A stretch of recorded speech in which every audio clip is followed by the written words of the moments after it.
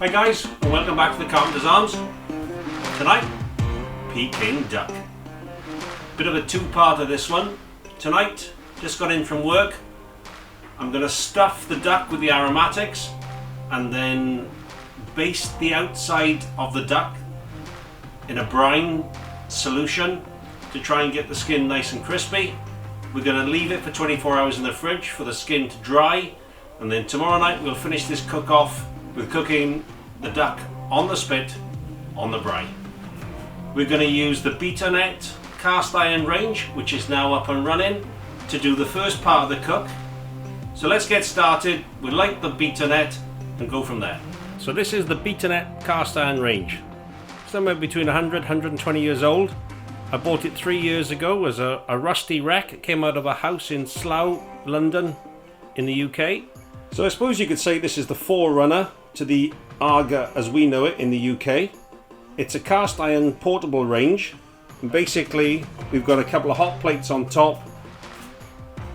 There's a flue that goes up through the roof of this building to outside, all protected. We light a fire in this area.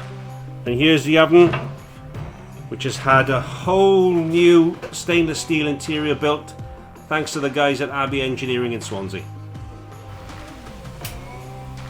There's a control to pull the damper back, so all the heat will go straight up the flue while the fire draws.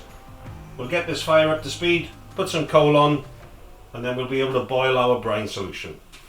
Tonight we're going to stuff the duck with a marinade and a brine so that it sort of dries out from the inside and absorbs all the aromatics from the marinade. And we're going to try and get the skin to become crispy by splitting it away from the inside meat and then scalding it with a hot water brine solution. Okay, for the scalding solution, we've got a couple of litres of hot water in a pan. We're going to add 3 tablespoons of sugar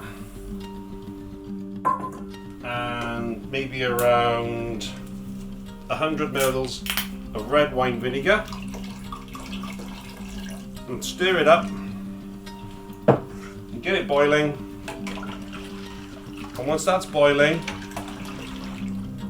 we're going to baste the duck in it and hope that the skin tightens,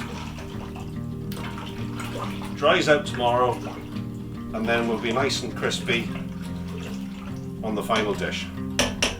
So our scalding liquid is up to temperature. It's not a rolling boil because we don't want to burn the bird. It's just very close to being 100 degrees. I've tied a little bit of string so I can hold the bird up. Let's have a go at scalding the duck.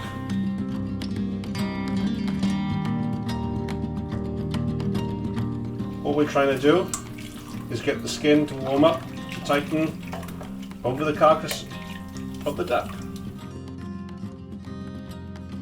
So our duck has been scalded. Now it needs to rest, dry off. Any liquid that's in the tray I'll pat out. It's going to sit in the fridge for 24 hours and we'll put this on the rotisserie tomorrow night. Okay, so we're back. It's not 24 hours later, it's 48 hours later. But that ain't going to make much difference because it just means that the duck's had more chance to marinate. Busy day yesterday, just didn't get home in time. Just got in from work. We've got the duck. The braai's going to get lit now. So stay tuned and see how this turns out. Okay, so the duck is looking nice and dry. We've got our rotisserie off the braai. We'll stick that straight through the centre of the duck and make sure that the spikes engage. Nice. So I've got the duck onto the rotisserie spit. I've tied the drumsticks just a little bit closer together so there's nothing flapping out. And I've just got it on free spinning just to make sure that it's not catching anything. The fire's looking pretty good. We'll get some more coals down and spread them out underneath the duck. Now one of the things with the duck, as you probably well know, is going to be a lot of fat coming off this. So we're going to put a drip tray underneath it to catch the fat. And my little bit of advice to you on that, the drip tray is going to be sitting inside or around the charcoals that we're using to cook. So put some water in the drip tray to catch the fat. Otherwise, you could well end up with a fat fire, and that will ruin everything. The fire went out about, 20 minutes ago. So we just cook on embers. The duck's been on since about 5 o'clock, and it's now 7:30, so 2.5 hours. I've put a probe in it, and it's well past 80 degrees. Just hope it's going to be tender and not too tough. Should be really crispy. Should be really tasty. Okay, so I've taken the duck off the braai. I've pulled the rotisserie out. What do we think? Yeah, sounds nice and crispy. We've got some shredded cucumber, some shibbons, spring onions, some pancakes, and some hoisin sauce. We've still got these wooden skewers in here, which we use to, oh, they're just pulling out. They're just pulling out. Okay, so let's give it a go and carve some Peking duck. Well, it's certainly crispy. It's certainly tender, as I'm struggling to carve it. That's exactly what we want, more like we have to shred it.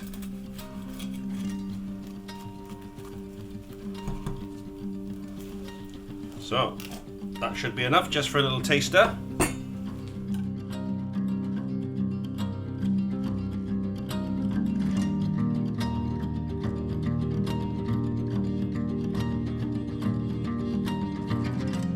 My first time at Peking Duck in the Carpenter's Arms. I'm happy. I ain't gonna fault that. 2.5 hours on the braai, a lot of fuel. Have to manage the fat coming off because you don't want a fat fire. Was it worth it? Every day of the week. Friday night, Peking duck and a couple of beers. Can't fault it. Please subscribe. Please like.